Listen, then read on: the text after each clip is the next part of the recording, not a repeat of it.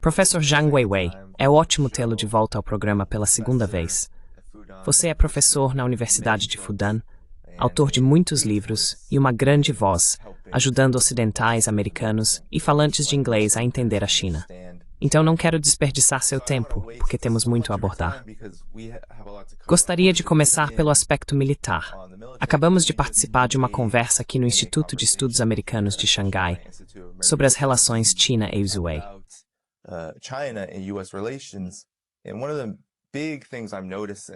Uma das grandes coisas que estou percebendo é que, seja no Paquistão ou na Índia, a mídia ocidental está tendo dificuldade em entender como os caças chineses, como o J-10C, têm sido tão eficazes para o Paquistão. O Comando Indo-Pacífico também tem feito relatos quase diários para a grande mídia ocidental.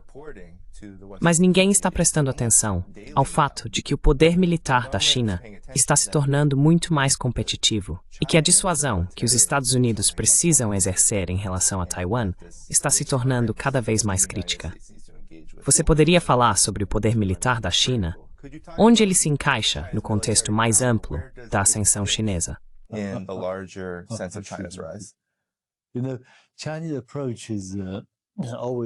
Você sabe, a abordagem chinesa é sempre muito modesta.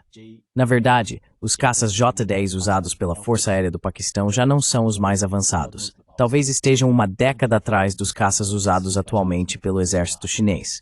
E isso é para exportação. É uma versão redesenhada, mas ainda assim eficaz. O que realmente impressiona nisso é a abordagem chinesa para a guerra moderna. Isso pode ser transformador. Chama-se abordagem sistêmica e integrada. Se você observar esse conflito aéreo entre Paquistão e Índia, são AWACS ao estilo chinês, caças J-10 e então esses mísseis, o PL-15. Eles estão todos conectados por essa cadeia de dados. So they are linked with this data chain. So as soon as discovered, it's called the Assim que é descoberto, chama-se descoberta, interferência e ataque. Tudo isso está em um único sistema e tem se mostrado muito poderoso. Na verdade, esse é sempre o modelo chinês. Seja qual for o tema que discutimos no modelo chinês, desenvolvimento, reforma econômica, sempre enfatizamos uma abordagem sistêmica e integrada.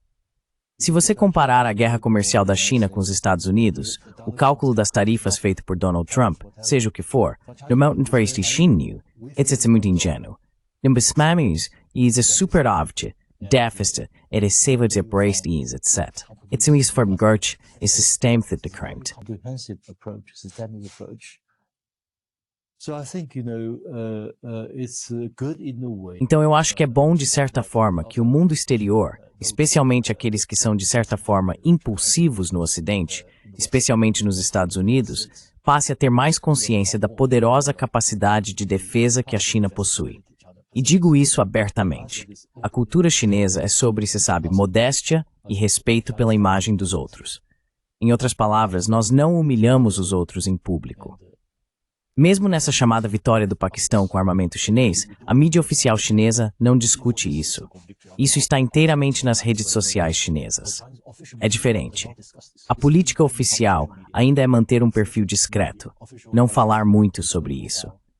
Ao mesmo tempo, é necessário perceber, como eu disse, que ainda falamos dos Estados Unidos como uma superpotência. We still talk about United States as a superpower.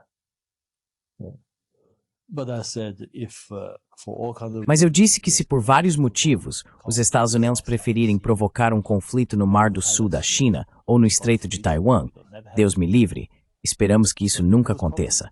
Mas muito provavelmente, no dia seguinte, aos olhos da comunidade internacional, os Estados Unidos talvez não sejam mais vistos como uma superpotência. Em outras palavras, o mesmo tipo de fracassos que as Forças Armadas dos Estados sofrerão. Nesse sentido, o secretário de Defesa dos Estados Unidos é, de certa forma, honesto. Ele disse, pelo que sabe, que um 10 Alpha K dos Estados Unidos pode ser afundado pelo sistema de mísseis supersônicos chinês em 20 minutos. Eu disse que talvez em 1 a 3 horas, mas ele disse em 20 minutos. Talvez ele tivesse informações melhores do que eu. maybe he had better information than. Well, I wanted to follow up then because Bem, eu queria retomar esse ponto, porque no início do governo Trump, durante o começo da guerra comercial, o Ministério das Relações Exteriores da China se posicionou de forma muito firme e disse que a China estava pronta para lutar. O porta-voz do Ministério das Relações Exteriores da China disse: qualquer tipo de guerra, guerra comercial, qualquer tipo de guerra. Qual é a perspectiva do povo chinês, da China, quando uma declaração como essa é feita? Porque no Ocidente, nos Estados Unidos, houve um certo choque, especialmente entre aqueles da grande mídia que têm falado sobre a China de uma forma, eu diria, esquizofrênica, certo? Às vezes como uma potência absoluta e em outros momentos como um país à beira do colapso. Collapsing on the other. Maybe at certain point of time it's necessary to Talvez, em determinado momento, seja necessário. Bem, eu já falei sobre ser direto. Caso contrário, podem ocorrer mal-entendidos. O presidente Mao disse de forma famosa que você deve falar em uma linguagem compreensível para os imperialistas. Então essa pode ser uma abordagem chinesa. Em certos momentos isso é necessário. E mesmo com essa guerra tarifária, a China também disse: se vocês querem lutar esse tipo de guerra, vamos lutar até o fim. Mas também estamos dizendo que nossa porta está aberta para negociações. Então agora, a China e os Estados Unidos assinaram um acordo em Genebra.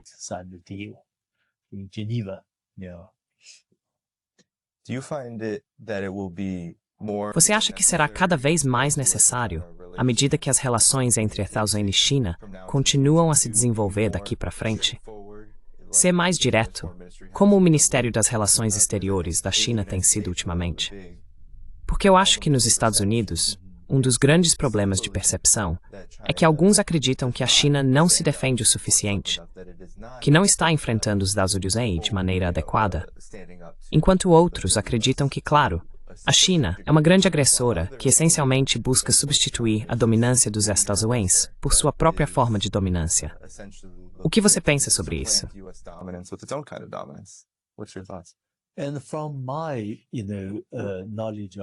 E pelo que conheço da cultura americana, acho que essa cultura respeita a força de verdade. Se você observar a personalidade de Donald Trump, ele respeita países fortes e líderes fortes. Portanto, não é tão ruim para os chineses hoje falarem francamente com seus colegas americanos para reduzir ao máximo qualquer mal-entendido. E da minha parte, serei muito franco ao falar sobre o modelo chinês, a abordagem chinesa. Como acabei de explicar, escrevi em 2006 um artigo para a edição internacional do New York Times. Afirmei que no sul global, o modelo chinês era muito mais atraente do que o modelo americano. Isso foi há muitos anos. Acho que também é assim que a maioria dos americanos vive. Eles preferem conversas francas em vez de conversas indiretas. E isso é por uma melhor comunicação. Isso também é algo que aprendemos com os Estados Unidos.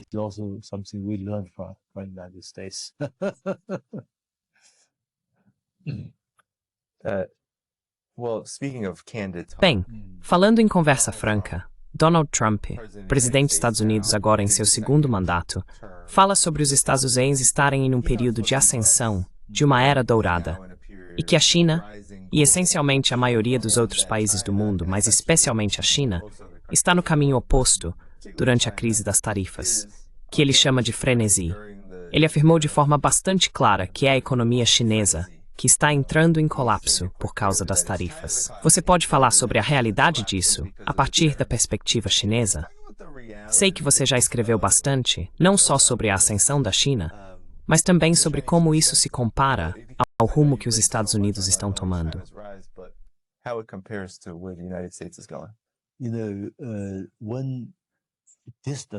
Sabe, uma desvantagem para muitos políticos americanos, exceto Donald Trump, é a desinformação sobre a China. E claro, isso tem a ver com o fato de que por tantas décadas, a grande mídia americana apresentou uma imagem tão distorcida da China. Para nós, estudiosos de relações internacionais e relações entre grandes potências, às vezes, como eu disse, tentamos explicar a verdadeira China para vocês uma vez, duas vezes, três vezes, então ficamos de saco cheio. Vivemos na escuridão. Não nos importamos. Se você olhar para a cobertura da mídia americana sobre a China hoje, é sempre sobre a bolha imobiliária, desemprego entre jovens e dívida do governo. Todos esses problemas estão sendo resolvidos. so outlandish. So I think it's É tão absurdo. Por isso, acho que é preciso estar no local, ir à China e fazer investigações de campo como fazemos na China. Acabamos de voltar de Yiwu, o maior, o que eles chamam de mercado de pequenas commodities, mas na verdade também são grandes commodities. Conversei com os donos de várias lojas e também com o gerente dessa cidade, desse complexo. Ele disse que em Yiwu, nesses enormes blocos do mercado, no máximo 5% das empresas sofrem com essa tarifa comercial. Para 95% não tem impacto algum. 95%. No impact whatsoever. Even of this 5%, because this Mesmo desses 5%, porque essa guerra comercial e as tarifas começaram há 7 anos, eles já se diversificaram. Então, embora sofram um pouco com os Estados Unidos, também expandiram no Sudeste Asiático e na Rússia. Portanto, o clima geral é muito positivo. Isso é muito diferente de 7 anos atrás, quando a guerra comercial estava apenas começando. Hoje eu diria que tanto a base quanto a liderança máxima estão muito unificadas. Eles pensam de forma muito clara. Os Estados Unidos estão obviamente em declínio. Como dissemos há 80 anos, sim, agora os Estados Unidos dependem economicamente mais da China do que a China depende dos Estados Unidos. E agora essa visão é basicamente a opinião predominante na China hoje. now this view is roughly the mainstream view in China today. To your earlier point, you mentioned Sobre o seu ponto anterior, você mencionou como a China é retratada na mídia ocidental, e isso acontece em todos os aspectos. A China é vista como estando em colapso econômico, que nunca vai alcançar os Estados Unidos. Essa, na verdade, é uma tendência recente. E militarmente, que os Estados Unidos precisam dissuadir uma guerra com a China, mas que o exército chinês é muito mais fraco do que o dos Estados Unidos. E assim por diante. A percepção da China ao redor do mundo costuma ser apresentada como em declínio. Mas você escreveu sobre esses tipos de pilares do poder global que são tão importantes para avaliar onde um determinado sistema social, ou como você chama, a China, um estado civilizacional, se encontra. Você poderia falar sobre esses pilares? E qual é a sua avaliação sobre a direção que os Estados Unidos e a China estão tomando? the direction that the United States and China are going.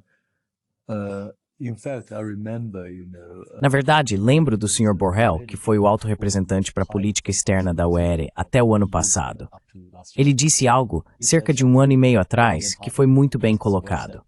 Ele afirmou que hoje, todos no sul global sabem que, do ponto de vista econômico, tecnológico, militar e ideológico, tudo que o Ocidente possui, o sul global agora tem alternativas para substituir o Ocidente nessas 4 áreas, nesses 4 domínios. Portanto, eu mesmo considero essas 4 áreas, econômica, tecnológica, militar e ideológica, como os 4 pilares que sustentem a ocidental, ou a hegemonia dos Estados Unidos sobre o mundo. US and Germany over the world. When we see this unipolarity is shifting, Quando vemos que essa unipolaridade está rapidamente se transformando em multipolaridade, o que já é uma realidade, isso também significa que esses 4 pilares da predominância ocidental foram abalados. Em outras palavras, se olharmos apenas para essa barreira tarifária, ela se reflete nessas 4 áreas. Economicamente, os Estados Unidos dependem mais da China, como muitas redes de supermercados americanas percebem. Sem a continuidade das importações da China, as prateleiras logo ficariam vazias. E tecnologicamente, se olharmos para a Huawei e a Deepin, elas estão na vanguarda da nova revolução tecnológica internacional. Estivemos na Huawei há apenas 2 dias, e eles estão pensando muito à frente, com uma visão bastante futurista. Eu não estava pensando nos Estados Unidos como exemplo, mas sim na Alemanha. not United States example, German example.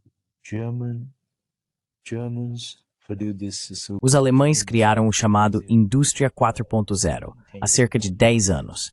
E a China se inspirou nesse plano alemão. Então eles iniciaram a estratégia Made in China 2025. Não uma cópia, mas usaram como inspiração. E a indústria 4.0 alemã fracassou completamente.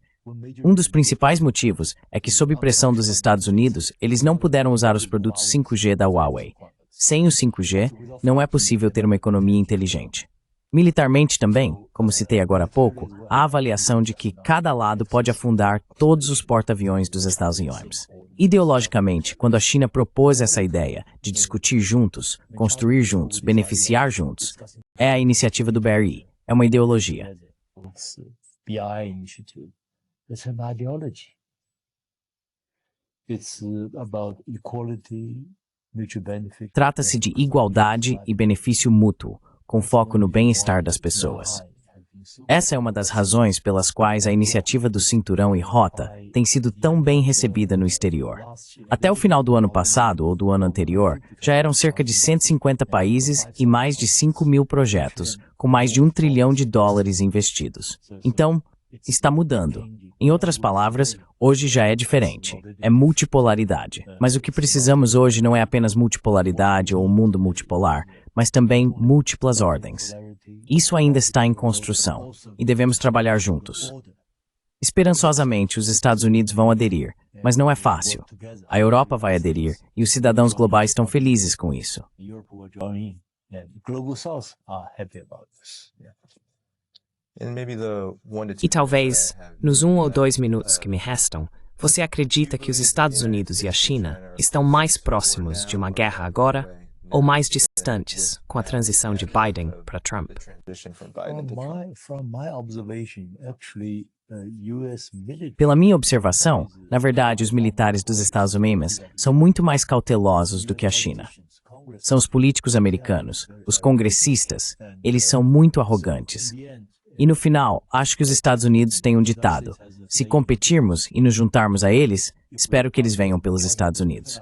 Obrigado. For United States. Thank you. Yes. Sim, professor Zhang Weiwei, foi ótimo estar com você hoje. Muito obrigado por participar. Joining. Dever Thani. Obrigado.